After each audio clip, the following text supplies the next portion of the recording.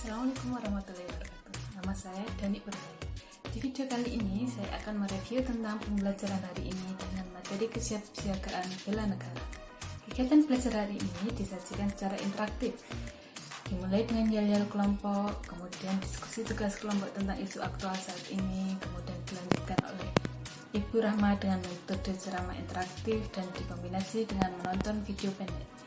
Selain itu juga diberi kuis dan penugasan. Sebelum memulai mereview materi kesiapsiagaan bela negara ini, saya ada pantun untuk ibu dosen kami, Ibu Rahma.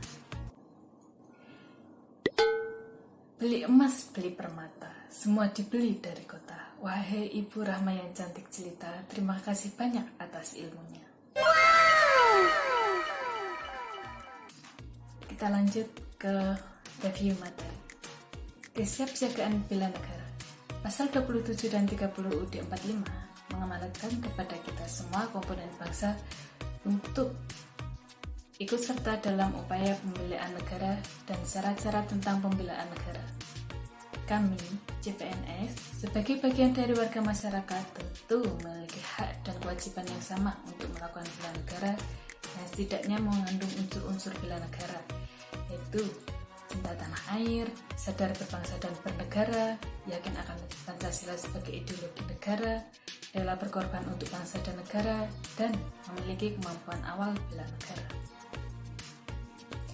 Kesiapsiagaan bela negara adalah suatu keadaan siap siaga yang dimiliki oleh seseorang baik secara fisik, mental, maupun sosial dalam menghadapi situasi kerja yang beragam, yang dilakukan berdasarkan kebulatan sikap dan tekad secara ikhlas dan sadar, disertai kerelaan berkorban sepenuh jiwa raga yang dilandasi oleh kecintaan terhadap NKRI berdasarkan Pancasila dan UUD 45 untuk menjaga, merawat, dan menjamin kelangsungan hidup berbangsa dan bernegara.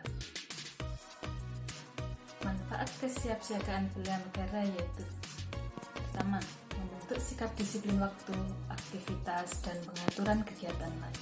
2.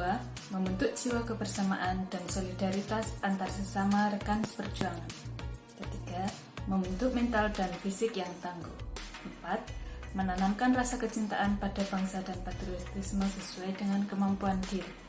5. Melatih jiwa leadership dalam memimpin diri sendiri maupun kelompok. 6. Berbakti pada orang tua, bangsa, dan agama. 7. Membentuk perilaku jujur, tegas, adil, tepat, dan kepedulian antar sesama. Kemudian, bentuk kesiapsiagaan bela negara yaitu: pertama, ada kesiapsiagaan jasmani. Salah satu bagian kesiapsiagaan yang wajib dimiliki dan dipelihara oleh PNS adalah kesiapsiagaan jasmani.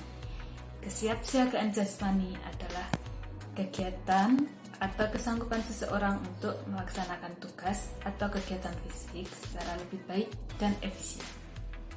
Berbagai bentuk latihan kesiapsiagaan jasmani misalnya lari, sit up, push up, dan berenang. Yang kedua, kesiapsiagaan mental. Kesiapsiagaan mental adalah kesiapsiagaan seseorang dengan memahami kondisi mental, perkembangan mental, dan proses menyesuaikan diri terhadap berbagai tuntutan sesuai dengan perkembangan mental atau jiwanya, baik tuntutan dalam diri sendiri maupun di luar dari dirinya sendiri, seperti menyesuaikan diri dengan lingkungan rumah, dengan sekolah, lingkungan kerja, dan masyarakat.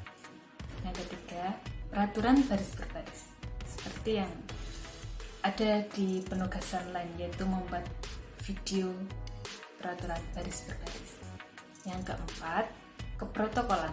Menurut UU Nomor 9 Tahun 2010, keprotokolan adalah serangkaian kegiatan yang berkaitan dengan aturan dalam acara kenegaraan atau acara resmi yang meliputi tata tempat, tata upacara, dan tata penghormatan sebagai bentuk penghormatan kepada seseorang sesuai dengan jabatan dan kedudukannya dalam negara, pemerintahan, atau masyarakat.